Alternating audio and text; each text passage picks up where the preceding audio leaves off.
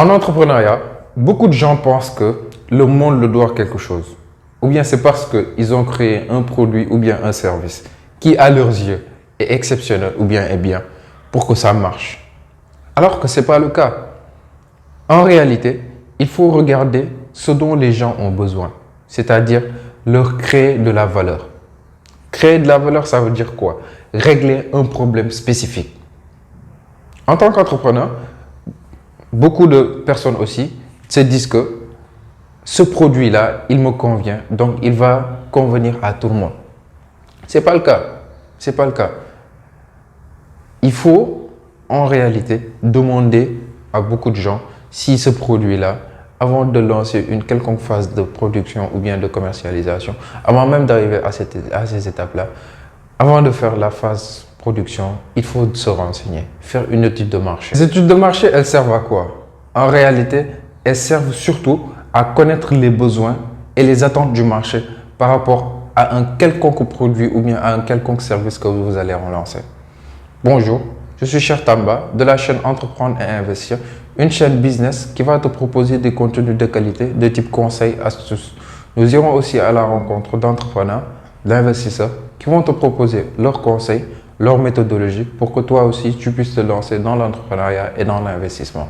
Dans ce cas de figure, je te propose de t'abonner à la chaîne, d'activer la cloche de notification pour ne pas rater nos vidéos qui sortent au moins 2 fois par semaine, c'est-à-dire le mardi à partir de 13 h et le vendredi à partir de 13 h.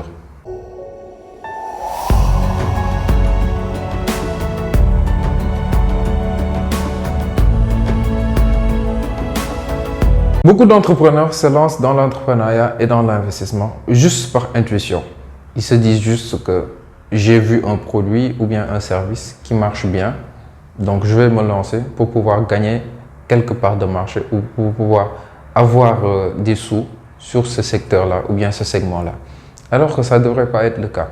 Certes, les produits MeToo, c'est-à-dire les produits tels que, disons, les produits populaires, disons les multiservices, les produits de vente et autres, là, les produits de beauté, ce sont des produits qui vont.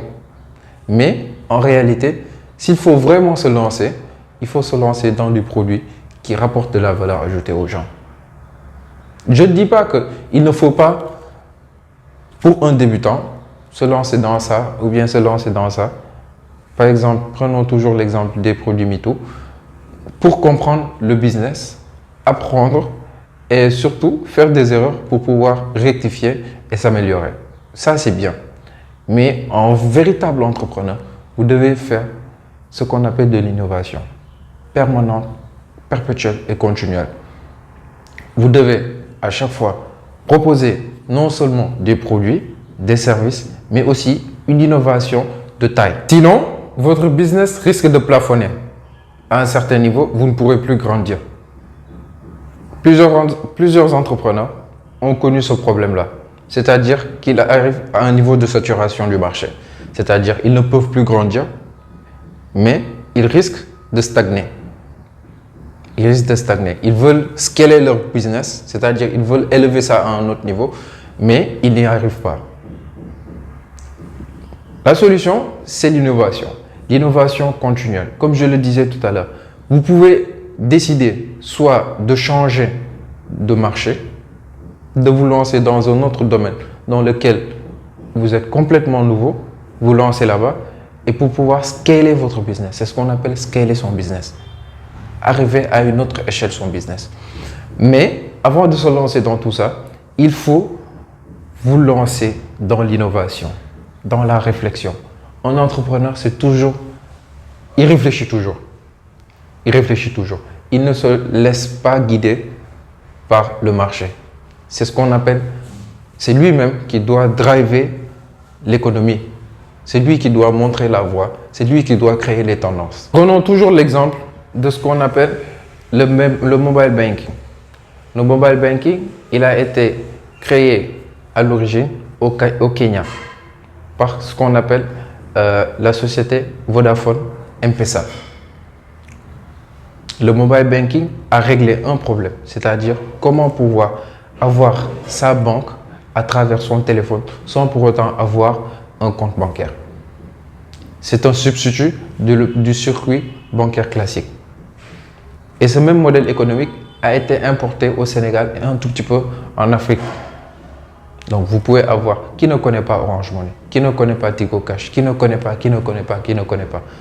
Donc ça, c'est une innovation de taille qui a été faite par une société. Non seulement créer un autre marché, mais aussi avoir d'autres sources de revenus. Aujourd'hui, Orange va carrément se lancer dans la banque. Imaginez, juste en créant un service de mobile banking. Maintenant, Orange peut carrément se lancer dans la banque. Imaginez, donc ils sont sortis de leur secteur d'activité pour pouvoir créer un autre secteur d'activité. Donc vous voyez, l'innovation est quelque chose de perpétuel. En entreprenant, même si vous êtes jeune, il faut penser grand. Il faut vous dire que je ne vais pas me limiter seulement à ce secteur-là. Peut-être, disons que vous commencez dans le poulet. Disons par exemple, vous commencez dans l'agriculture. Vous vous dites, je ne vais pas seulement me limiter à faire de l'agriculture. Pourquoi ne pas me lancer dans la transformation? Pourquoi ne pas me lancer dans la livraison? Pourquoi ne pas me lancer dans le groupage? C'est-à-dire trouver plusieurs collectivités, c'est-à-dire plusieurs regroupements de fermiers qui font la même chose que moi, m'associer à eux pour pouvoir les aider à pouvoir commercialiser leurs produits. Tout ça, il faut y penser tant que vous êtes petit. Parce que quand vous êtes grand, vous n'aurez pas le temps. C'est en étant petit que vous allez penser grand.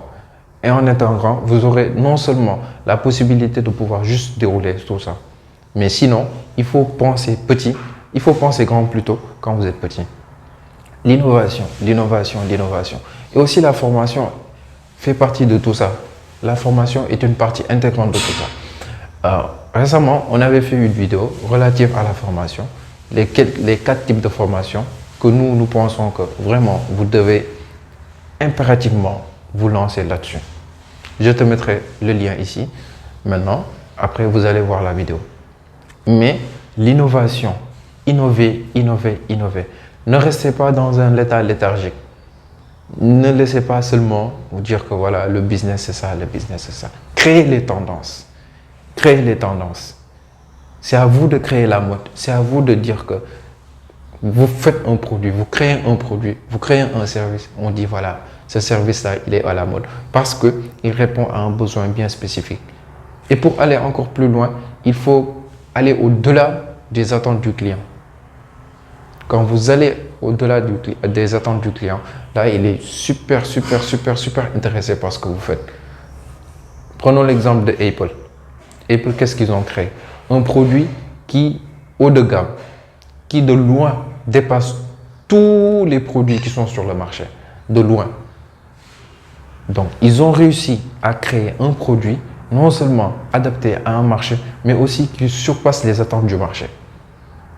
L'innovation, la technologie, innovation, technologie.